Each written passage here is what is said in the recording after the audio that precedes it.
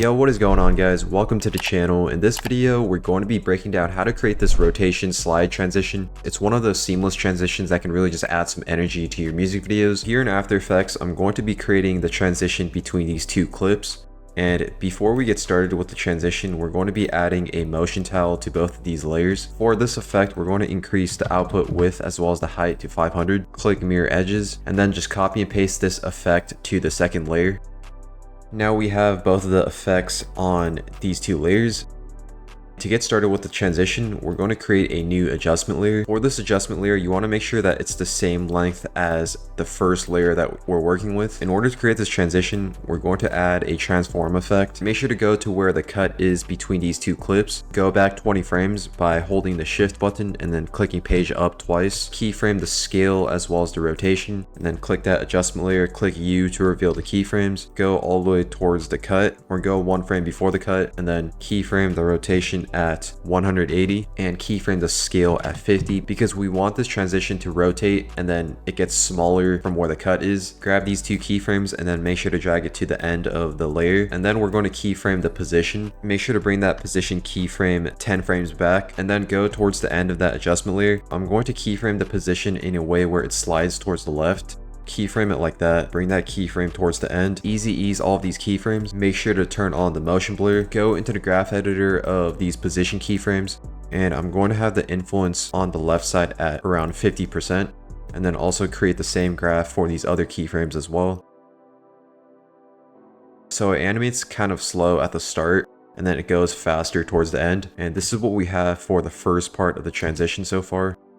As you guys can see, it just rotates and then it swipes towards the left. So let's create a new adjustment layer. Make this adjustment layer the same length as the second layer, and then add the transform effect. Keyframe the scale at 50% at the start, and then also keyframe the rotation at 180 degrees. And the reason why we're doing that is because we want to create that seamless transition between these two clips. The clip before it keyframes to 50% and also at 180 degrees. So we want to create that same thing at the start of the second layer. Open up the keyframes by clicking U, and then go forward 20 frames. Keyframe the rotation back to 0, and then keyframe the scale at 100. We're also going to keyframe the position in a way where it swipes towards the left, just so that it matches the motion from the clip from before. So I'll just have it keyframed like that, and then go forward 10 frames, keyframe the position back to its original position. Easy ease all of these keyframes, turn on the motion blur, go into the graph editor, and this time we're going to have the influence on the right side at 50%. And just make sure to do the same thing for all the other keyframes as well. And now when I play these two clips together, it doesn't look the best yet because we're still going to add a few more effects. But to make this look even better, what we're going to do is just grab these 3 keyframes at the end and then just bring it forward 2 frames.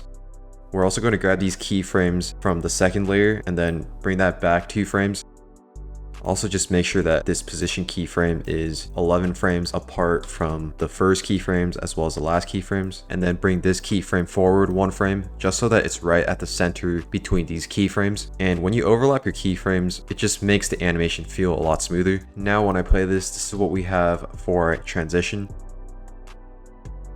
The next thing we're going to do is create a new adjustment layer. For the first effect, we're going to add a radial blur. And with this effect, it just adds more motion blur to our transition. I think it makes it look a lot better. Keyframe the amount at 15 at the center, and then go back 20 frames, keyframe that to 0, and then go forward 20 frames from where the cut is, keyframe that to 0 as well. For the next effect, we're going to add an optics compensation. This effect is going to create that distorted effect for our transition. Make sure to click the reverse lens distortion. I'm going to keyframe the field of view at 125 at the center, and then go back 20 frames, keyframe that to 0. Go forward 20 frames from the cut and keyframe that to 0. Make sure to grab all those keyframes and easy ease them. Go into the graph editor of the radial blur keyframes, and we're going to have the influence on the left side around 50%, and then the right side here at around 50% as well. Create the same exact graph for the optics compensation keyframes. This is what we have for our final transition. So as you guys can see, we have that really seamless transition, and by adding that extra motion blur as well as just modifying the keyframes creates that seamless transition that we're looking for. But yeah guys, that's all I have for this video. Thank you guys for watching, and I'll see you guys in the next video.